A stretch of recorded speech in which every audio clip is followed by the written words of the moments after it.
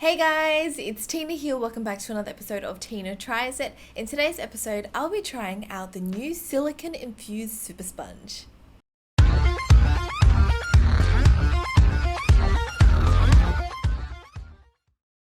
If you're new to my channel, welcome. My name is Tina. Make sure you subscribe to my channel if you want to stay updated with future videos that I post. Also follow me on Instagram. I was recently sent a PR package from Super Sponge, and I believe they have sent like a bunch of influencer PR. Tati received one and she did a review recently, so I'm sure you'll see a lot of other YouTubers review this in the next few weeks. This is the Super Sponge and Scrubber set. You can currently pre-order it online for a discounted price of $19.95. Do keep in mind that when the discount ends, it goes back to its original price, which is $29.95 for the set, which means it will be more expensive than the original Beauty Blender. However, you do get a scrubber, but you can find one of those online for $1. Now, I did watch Tati's review and she absolutely loved this sponge, so I'm pretty excited to try it out. I am going to try to do a more in-depth review and compare it to the original Beauty Blender sponge.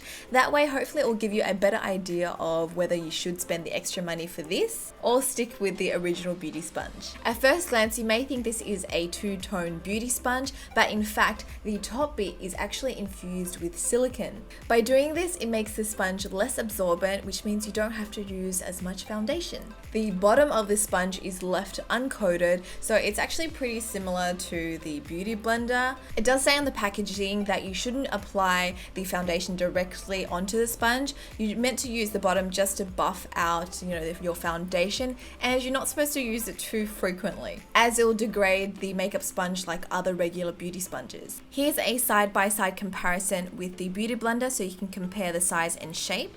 These are in their dry form, so they're not wet. I would say the squish factor is virtually the same. However, the silicone sponge does feel a little bit smoother, I guess, because of the coating. Let me go and wet these to see how much the size changes.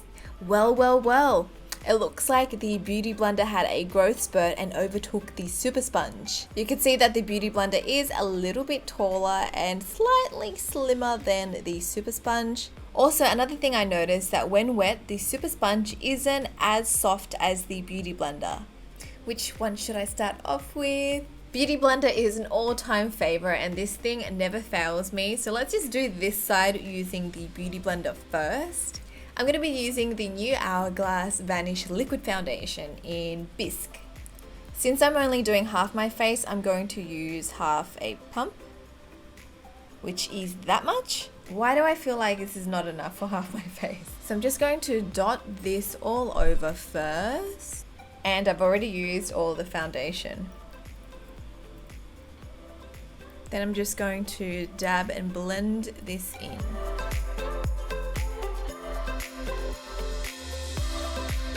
Typically for my full face, I use about like 1.5 to 2 pumps of foundation. So half a pump gives me like a light layer of foundation. I guess this is alright if I want a super natural finish. However, I always feel like I need more coverage around here. I'm going to go in again with another half a pump and then focus it more on the center of my face.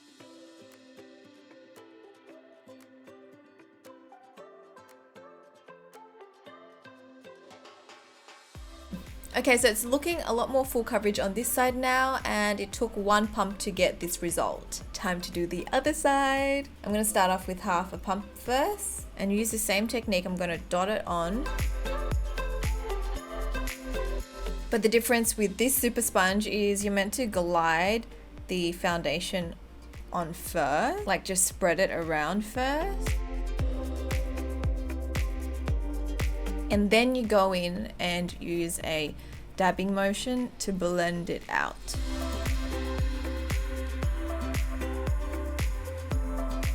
Okay, so both sides are looking pretty much the same. However, I used less product, half the amount of product to be exact, with the Super Sponge. Mind you, I didn't even need to use the bottom to buff out the foundation. It actually looks really good. I'm going to move on with concealer next. And I'm going to do the other side first. I'm using the Born This Way Multi-Sculpt Concealer in Almond. And I'm just going to like dot maybe like 3 dots under my eyes. and see how that goes.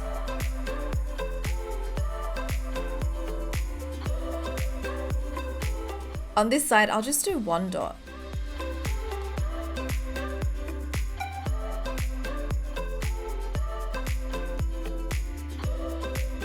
That just gave me like the same results but with less product. Hey, Beauty Blender might have some serious competition. I wonder if you can use this for powder and bake. I'm going to try to bake with the new Fenty Pro Filter powder in lavender. I'm going to use the Beauty Blender first because I know this works. And then I'm going to try the super sponge.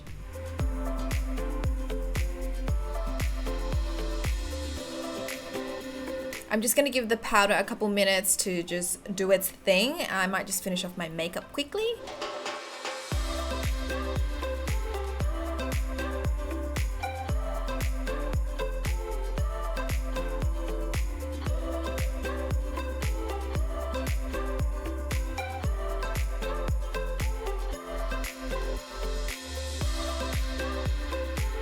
I am almost done with my makeup. For my eyes, I use the Marc Jacobs Flashlight Sequin eyeshadows, and the lashes I'm wearing are from my brand Petite Cosmetics in the style Empress. Lip color is from Dior. This is the Stella Shine lipstick in 536, I think. Yes, 536. Now I'm ready to dust off my powder. Both sides look the same, so you can definitely bake with the super sponge. Really, I do not see a difference at all. The last thing I want to compare is the cleaning. For my Beauty Blender, I usually wash it every time I use it, and I usually use this soap from the makeup store. I've had this one for ages.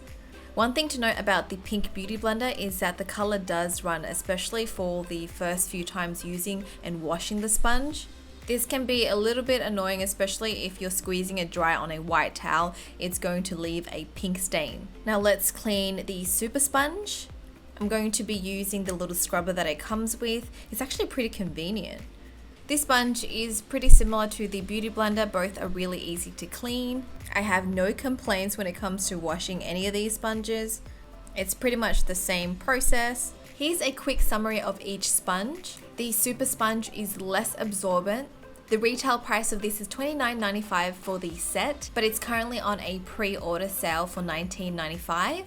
Because of the silicone outer layer, it limits the amount of germs and bacteria build up on the sponge. It's latex free and claims to last 2 to 4 times longer than the regular makeup sponges. The original Beauty Blender retails for $20 and it comes in numerous shades plus sizes. The smaller ones are a little bit cheaper. This is the original makeup sponge that completely changed the makeup industry. It's advised that you replace these sponges every 3 months. I hope you guys are aware of that. I definitely do not keep my sponges for over 3 months. Also, when I store my beauty blenders, I pop it into this like silicone holder, and it has little air holes so that your blender can actually dry and breathe, and it doesn't like mold up and create like mildew or smell bad. So you actually need to like leave it somewhere open to dry. Don't just shove it in your makeup bag because that's gross. Now, one thing I do question about this super sponge is that it claims to last 2 to 4 times longer than the beauty sponge, but keep in mind